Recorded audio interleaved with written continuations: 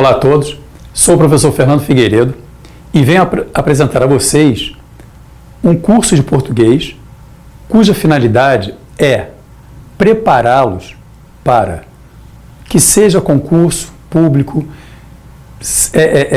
para a linguagem, a comunicação, na oralidade, na escrita, troca de e-mails, enfim. Os assuntos que serão abordados, eles levam a essa direção. Se a pessoa vai se preparar para um determinado concurso, ela tem ali o que ela precisa realmente para se preparar, uma base bem sólida, razoável, para ela se preparar, fazer a revisão da matéria. Muitas pessoas, certamente, há algum tempo já não lembram mais de certas construções, de certas teorias, então a finalidade é essa.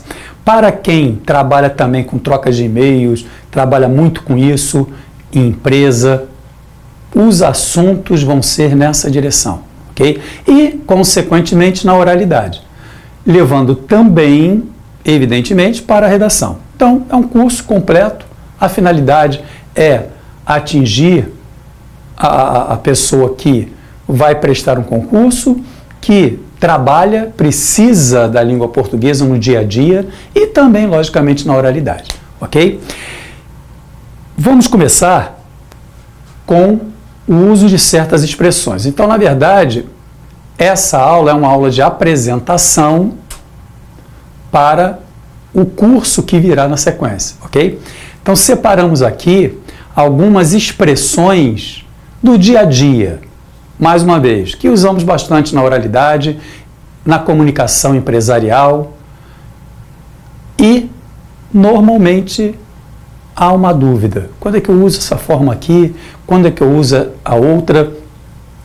Vamos mostrar construções certas, construções que não se devem usar porque estariam erradas, e vamos mostrar também algumas construções em que a gente não pode trabalhar com essa questão de certo ou errado.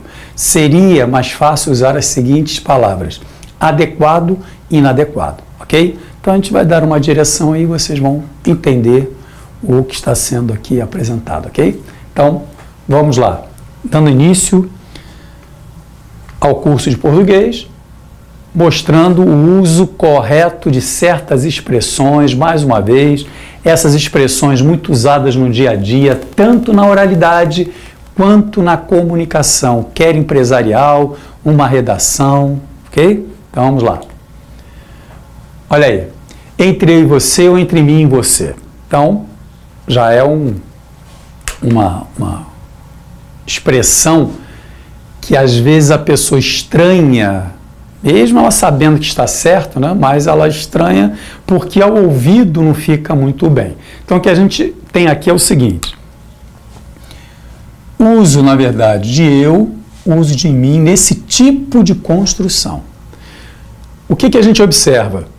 O pronome eu, estão lembrados? É o chamado pronome pessoal reto. Eu, tu, ele, nós, vós, eles, não é isso? Pronome reto. E o pronome reto, na frase, quando você leva para a frase, ele funciona como sujeito. Sujeito de determinados verbos, né? E o mim é o chamado pronome oblíquo. Me, mim, comigo, te, ti, contigo, não é isso? Então, o mim é um pronome oblíquo, pessoal oblíquo, que vai funcionar na frase como complemento, ou seja, não vai funcionar como sujeito. Então, vamos lá. Agora, vamos levar para a frase o porquê que uma está correta e a outra está errada. Então, quando você diz, entre eu e você já não há divergências, ou entre mim e você já não há divergências, o que nós temos aqui? Sempre partindo de quem? Do verbo. Esse haver aqui é o famoso verbo haver com sentido de quê? De existir. É uma. Existem divergências, ocorrem divergências, enfim. Então, o que nós temos? Um verbo impessoal. o verbo haver com sentido de existir, ele não possui sujeito. Tanto é que nós temos aqui divergências no plural e esse verbo ficou no singular, certo? Então, é o famoso verbo impessoal. Ele não tem pessoa, ele não tem sujeito, porque o sentido impede a identificação do sujeito. Reparem, não teria como dizermos aqui, entre eu e você já não há divergências. Divergências não hão, houveram, haviam. Então, a norma culta rejeita esse tipo de construção. Usar o haver com sentido de existir no plural. Isso não existe, ok? O haver com sentido de existir, ele não tem sujeito. Ora, se ele não possui sujeito, nós não podemos entrar com sujeito. Por isso que, para a norma culta, a frase correta é: entre mim e você já não há divergências. Então, aí, ó, já começamos logo, né, com uma expressão que a pessoa acaba estranhando. Entre mim e ela não há mais nada. Entre mim e ela existem divergências, ou há divergências, não importa se há divergências, se existem divergências, tem que ser entre mim e ela, ok? Entre ela e mim, entre você e mim, entre mim e você, para a norma culta tem que ser isso. Tranquilo? Então, não há sujeito, verbo haver, o sentido de existir não possui sujeito, então eu não posso entrar com sujeito, olha aqui, ó. Pronome reto não funciona como sujeito? Ora, se o verbo impede a identificação do sujeito, eu não vou entrar com o sujeito, por isso que tem que usar complemento nesse tipo de construção. Mais uma vez, se há divergências, se existem divergências, né, entre mim e você. Tranquilo? Entre mim e ela, entre ela e mim, sempre assim. Olha aí, outra expressão que às vezes na comunicação hoje, né, troca de e-mail, a comunicação por WhatsApp, né, se vocês repararem, nunca se escreveu tanto, concordam? Hoje, nas mídias, trocas de e-mail, WhatsApp, então isso é muito bem-vindo, né? Então a gente agora aproveita para rever aí algumas expressões que às vezes, no dia a dia, né, às vezes é complicado, a pessoa, né, tem dúvida, então vamos aproveitar exatamente para tirar essas dúvidas. Então, quando se usa o afim junto e o afim separado. Bom, em linhas gerais, na maior parte dos casos, nós usamos o afim dentro de uma construção com a ideia de finalidade, certo? Que é o afim separado. Afim, com o propósito, né? Com a finalidade, propósito, a finalidade, tá? É essa a ideia. Esse afim junto é mais quando você tem um contexto com sentido de parecido, afinidade, tá? Que é pouco usado, tá? É pouco usado, tá? A gente não usa isso quase em contexto algum.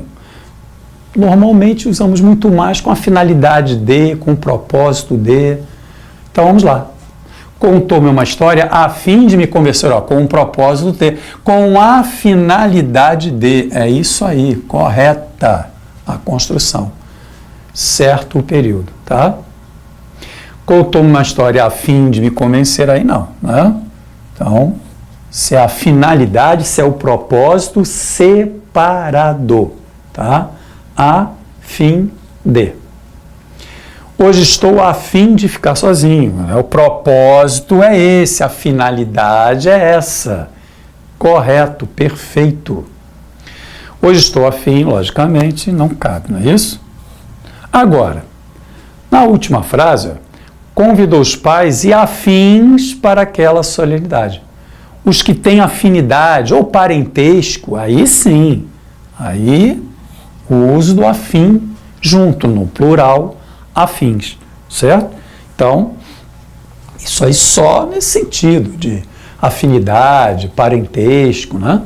Agora, se a ideia é de finalidade com o propósito de, com a finalidade de, separado, tranquilo? Em vez de e ao invés de, ó, também expressão que às vezes causa uma certa dúvida. Então vamos lá.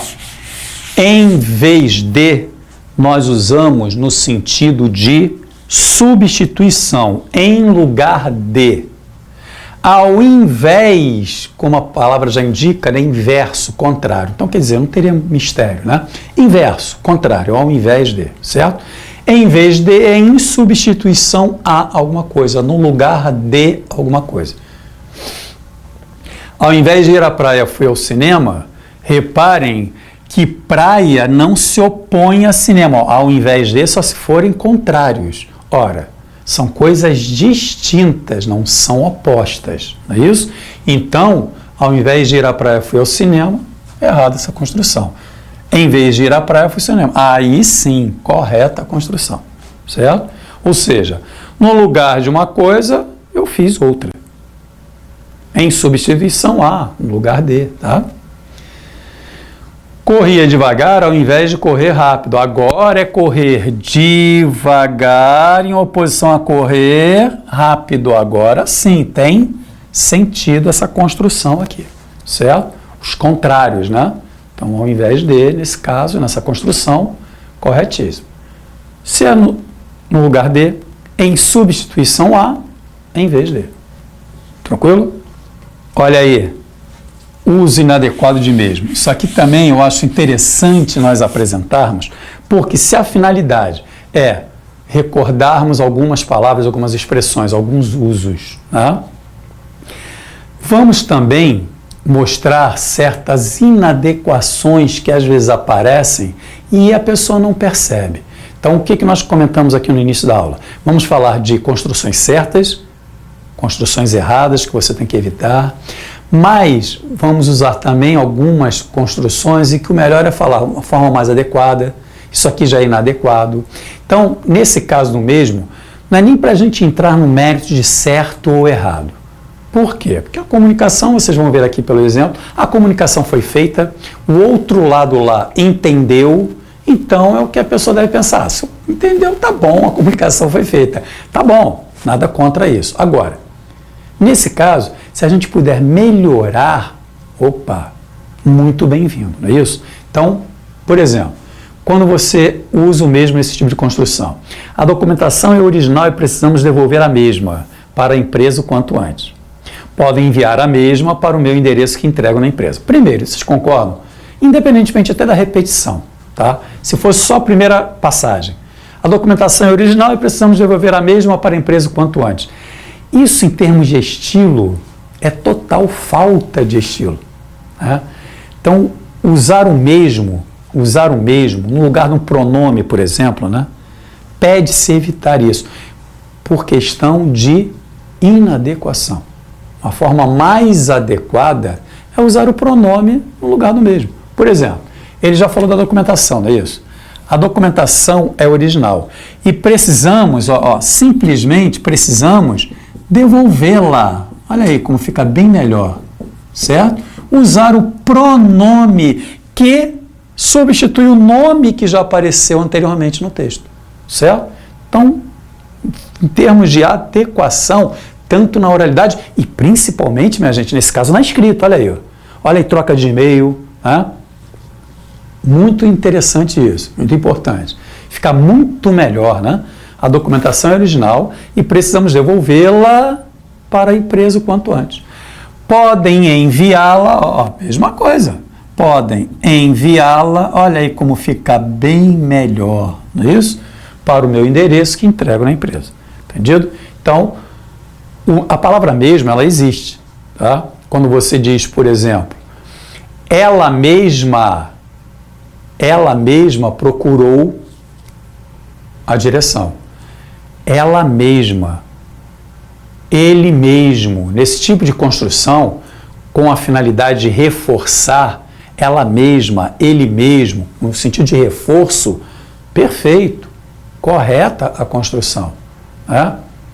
Agora, o mesmo, um valor pronominal, substituindo um pronome, é que se deve evitar, ok? Quando você vai remeter a um substantivo, a um termo que apareceu anteriormente, quer substituir, evitar a repetição desse elemento, desse termo, desse substantivo, e aí você vai lá e usa o mesmo. Isso deve evitar, certo? Então, usa o pronome, ótima construção, tá?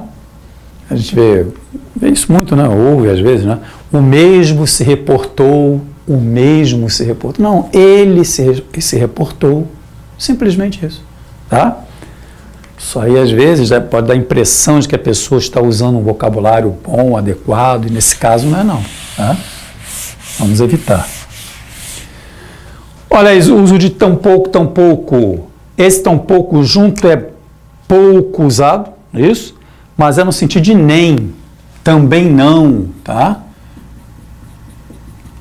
Na verdade, a finalidade é acrescentar numa negação, tá? Nem, também não, tá? E o tão pouco separado é no sentido de quantidade, por exemplo, muito pouco, certo? Tão pouco, muito pouco. E não com a ideia de somar, de acrescentar. Ele não queria ir à escola, tão pouco eu. Olha aí, certo ou não? Ele não queria ir à escola, nem eu. Eu também não, olha aí. Correta a construção. Ideia de adição. Ele não queria ir à escola, tão pouco eu, logicamente, essa aqui está errada, é isso? Ficaram tão poucos dias, aí sim, ó, muito poucos dias. Agora sim, não tem nenhuma ideia de adição. Tá? A ideia é mesmo de acréscimo. É muito pouco. Poucos dias, tão poucos dias, muito poucos dias. Perfeito. Correta a construção. Tá? A par e ao par, olha aí. Também dependendo do meio, numa empresa, por exemplo, em que esse tipo de vocabulário é comum, né? Temos a par e ao par. Esse a par é no sentido de estar informado. O que nós acabamos usando mais, né? Agora, para se usar ao par, tem que ser algo de valor igual, ao par, tá? Essa é a diferença. Normalmente, o que faz mais parte do nosso vocabulário é a par, é isso? Mas ao par só se for de valor igual. Então vamos lá. O diretor da empresa ficou a par dos acontecimentos, ou seja, ele ficou informado, né, dos acontecimentos. Perfeito, isso aí mesmo. Logo, essa aqui não cabe, certo? Então, ele ficou informado, se informou dos acontecimentos. O real já não está a par do dólar. Aí não, ó.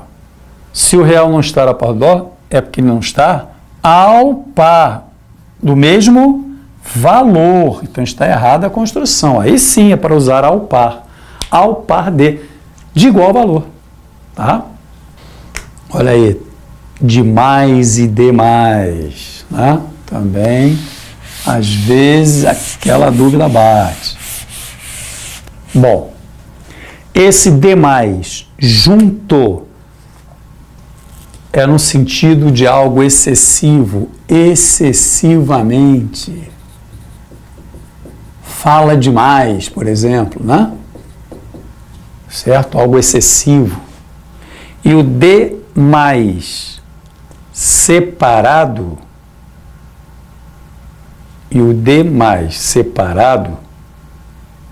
quer dizer a mais, envolvendo quantidade, tá? Então vamos lá. Preocupa-se demais com tudo, ó, excessivamente, muito, é isso aí, correto. Logo, essa aqui está errada. Isso não é nada demais, não se preocupe. Isso não é nada demais. Certo ou não? Isso não é nada demais. Algo a mais, é ou não é? Isso não é nada demais. Ou de menos. Se fosse de menos, né? Ó, separado, né? Isso não é nada demais. A mais. E não algo excessivo. Correto. Logo, a quarta frase está errada. Tá? Isso não é nada demais. De menos. Separado. Tá? Ou seja, algo a mais e não excessivamente. Tá? Fim de semana e final de semana. Olha aqui. Ó. Bom, o que acontece com essa expressão? Vamos lá. Quando se usa fim de semana, aqui vamos usar, aí está na hora, né? Também, de se falar, por exemplo, de adequação, inadequação. Por exemplo, quando você quer se referir a algo que ocorrerá no sábado, no domingo, pede-se usar fim de semana. Isso também é uma expressão que há pessoas que vão defender o uso de uma em detrimento de outra, outras vão defender as duas formas, ok? Então, a gente já avisa, porque às vezes você pode, mas eu ouvi dizer que isso aí é indiferente, tanto faz. Sim, há pessoas que defendem isso. Então, por isso que a gente não vai entrar aqui nessa discussão, né, do certo e do errado. O que acontece é o seguinte, por questão de adequação, quando você quer se referir ao sábado e domingo, por exemplo, pretendo ir à praia no fim de semana. Normalmente, quem cita uma frase dessa, quem produz uma frase dessa, escreve ou fala, né, está querendo se referir ao sábado e domingo. Né? Então, também não vamos complicar aqui as coisas. Mas de repente, pode ser ali na quinta, na sexta. Não, a pessoa quando diz, pretendo ir à praia no fim de semana, é porque, em geral, na cabeça dela, pensa o quê? No sábado e domingo, não é isso? Então, quando isso acontece, pede-se usar de uma forma, olha a palavra, minha gente, uma forma mais adequada, fim de semana, certo? E não final de semana. Eu nem vou colocar aqui errado, ok? Eu nem vou colocar aqui errado. Numa frase, pretendo ir à praia no final de semana, de repente também a pessoa pode alegar o seguinte, mas é no final de semana, não é no sábado e no domingo. Eu vou na sexta, por exemplo, na quinta, que já chegando perto do fim. Porque o que acontece é o seguinte, final é o que antecede o fim. Por isso, minha gente, voltando aqui à explicação inicial, por questão de adequação, se você vai se referir, vai passar essa mensagem, e na sua cabeça você está pensando num sábado e domingo, que normalmente é isso que acontece nesse tipo de construção, dê preferência ao fim, tá? Que é o que encerra a semana. Final, minha gente, é o que antecede o fim. Por exemplo, é comum às vezes você dizer, quando eu cheguei a casa, eu peguei o final do jogo. Ou seja, ele não tinha terminado ainda, concorda? Ora, olha aí, o final do jogo, porque é o que antecede o quê? O fim. Então, por isso que nesse tipo de construção fica melhor você usar fim de semana para se referir àquilo que encerra, certo? A semana. Tranquilo? E o final, por exemplo, seria uma sexta, uma quinta, ok? Se não junto e se não separado, olha aí. Aqui, vamos mostrar o seguinte. Vamos partir do se não separado. Vamos usar o se não separado quando houver ideia de condição, ok? Por quê? Porque o se não junto, ele pode abrir para algumas ideias. Agora, o se não separado, só em construções em que houver ideia de condição, certo? Então, por exemplo, nessa primeira frase, estude, senão será reprovado. Aqui não há uma ideia de condição. Aqui há uma ideia de exclusão, concorda? Estude, senão será reprovado. Ou você estuda, ou será reprovado. Então não há ideia de condição. Aqui há uma ideia de exclusão. então essa construção está correta. Não há condição, não há exclusão. Ok? Estude se não será reprovado. Logicamente, aqui é errada a construção. Olha outro caso em que não há ideia de condição. Ninguém, senão um santo. O que eu estou fazendo com esse senão aqui? Vê se também não há ideia de exclusão. Ninguém, a não ser um santo, ou seja, excluindo um santo, ninguém seria capaz de tamanho sacrifício. Então, aqui, correta também a construção, porque não há ideia de condição, há ideia de exclusão. Logo, essa aqui estaria errada. Né? Agora sim, olha aqui. Se não fizer sol, ou seja, caso não faça, se não fizer, há uma condição para não irmos à praia. Se não fizer, não iremos. Ok? Agora sim, ideia de condição, senão separado. Ok? Então é isso aí. Ideia de condição, se não separado.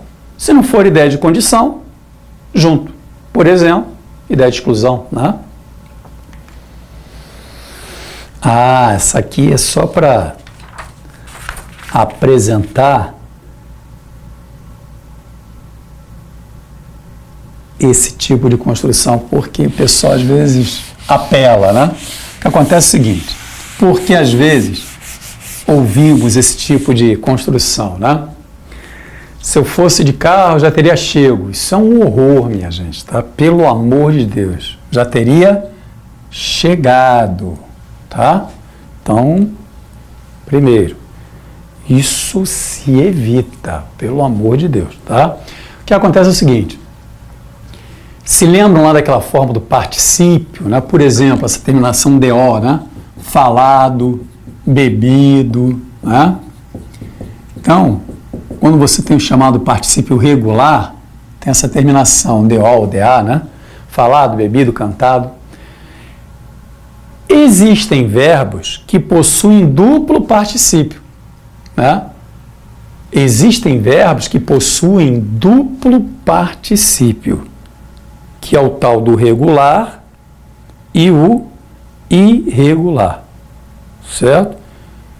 Só que o chegar, ele só possui o particípio regular, que é essa terminação aqui.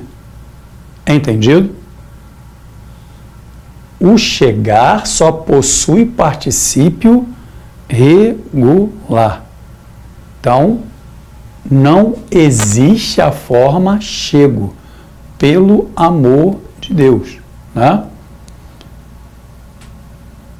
Quando você usa, por exemplo, o verbo pagar, por exemplo, existe o pago e o pagado. Às vezes a pessoa até estranha, né? Mas essas duas formas existem, tá? Pago, pagado. Então, para alguns verbos, você até possui esse duplo particípio. Mas existem verbos, e a maioria, só possuem um particípio. Então, talvez por isso, a pessoa lá no pensamento, associar alguns que ela conhece em que existem as duas formas, ela vai lá e faz a mesma coisa com chegar. Só que, de novo, chegar não possui duplo particípio. Pagar, por exemplo, é um verbo que você pode usar o pago, pagado, dependendo, né, do auxiliar que você vai usar. Você pode usar o pago, pode usar o pagado. Agora, a questão aqui é para mostrar o seguinte, não é nem entrar nessa área, quando é que eu uso um, quando é que eu uso o outro, né? Aqui é para mostrar só o seguinte, a finalidade é só mostrar o seguinte, que chego não existe, ok? Então, isso são tipos de erro que, por favor, evitem, tranquilo? Olha aí, viagem, né? De vez em quando, assim, a gente separa também nessas construções, algumas palavras, porque, logicamente, eu também, né, recebo lá as minhas mensagens do WhatsApp, né, e de vez em quando eu recebo uma dessas, né, me me dói assim um pouquinho o coração. Eu falei, caramba, não. Pô, cara, eu coloquei aqui uma viagem com J, quando na verdade isso aqui é o substantivo. Então vamos lá. Né? Viagem com J é relativo ao verbo viajar. E aí você usa esse viagem com J numa frase que tem a ver, está ligado ao verbo viajar no subjuntivo. E viagem é o substantivo. A viagem, por exemplo, certo? É o substantivo. Então, viagem com J só se houver a ação de viajar na frase. Tranquilo? Então, olha aqui, ó. A viagem que eu vou fazer é longa. A viagem, olha o artigo aqui, ó. Então, essa viagem é com G, que é a frase, que é a segunda frase. Tranquilo? É o substantivo. Olha o artigo aqui, ó. A viagem, esta viagem, uma viagem. Um artigo, um pronome, enfim. Substantivo, tá? A viagem, esta viagem, aquela viagem. Agora, é provável que eles viajem, é o verbo viajar, é a ação de viajar, certo? Que eu viaje, que tu viajes, que ele viaje. É isso? Que eles viajem. Aí sim, verbo viajar, ok? Outro erro que às vezes a pessoa usa o mais com i, no lugar do mais sem i. Então vamos lá. Isso aqui é simples também. Esse mais sem o i, né? É a chamada conjunção adversativa. Logo, nós vamos usar uma ideia de adversidade. Contraste, oposição, ok? Então, o mais, que é a conjunção adversativa, com esse sentido, tá? Agora, esse mais com i é uma ideia de aumento ou intensidade, tá?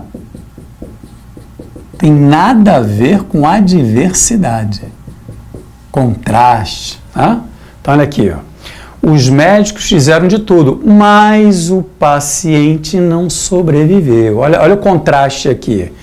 Uma oração te diz que eles fizeram de tudo, eles tentaram, porém, mais adversidade. Correto. Ok? Logo, a segunda frase está errada. Já na terceira, precisamos de mais qualidade. Olha a ideia do aumento em relação ao substantivo. Mais qualidade, menos qualidade, enfim, uma ideia de aumento, ok? Então agora já temos o pronome, no caso aqui, né? Um pronome indefinido. Ou seja, a ideia é de indefinir e não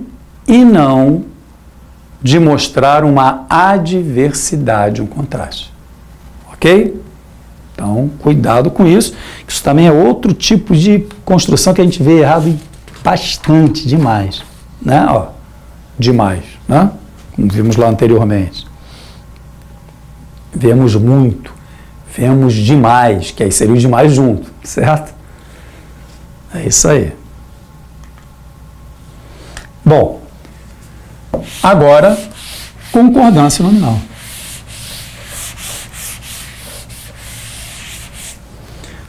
Algumas construções que envolvem o assunto concordância nominal. Também sempre nessa linha, né? A oralidade, num texto, uma dúvida, quando é que eu uso essa forma, quando é que eu uso aquela outra, enfim, certo? Vamos lá. Essa aqui é famosíssima, né?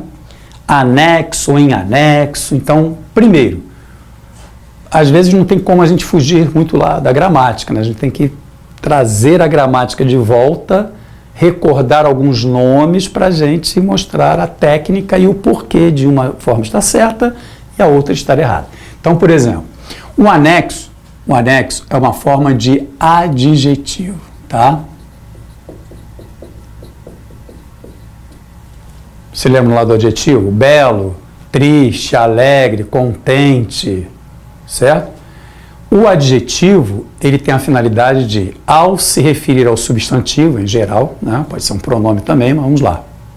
Fundamentalmente, ele vai se referir a um substantivo, acrescentando ao substantivo os valores de qualidade, estão lembrados lá o adjetivo?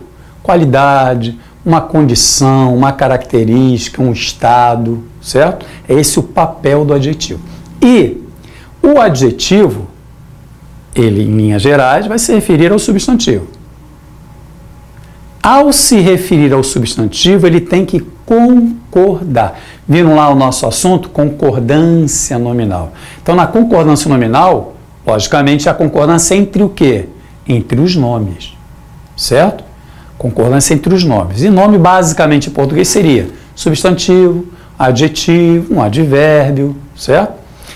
O adjetivo, ele se refere ao substantivo. Ao se referir ao substantivo, ele tem que concordar com o substantivo em gênero e número, ou seja, feminino, plural, masculino, plural. Ele vai se flexionar de acordo com o substantivo.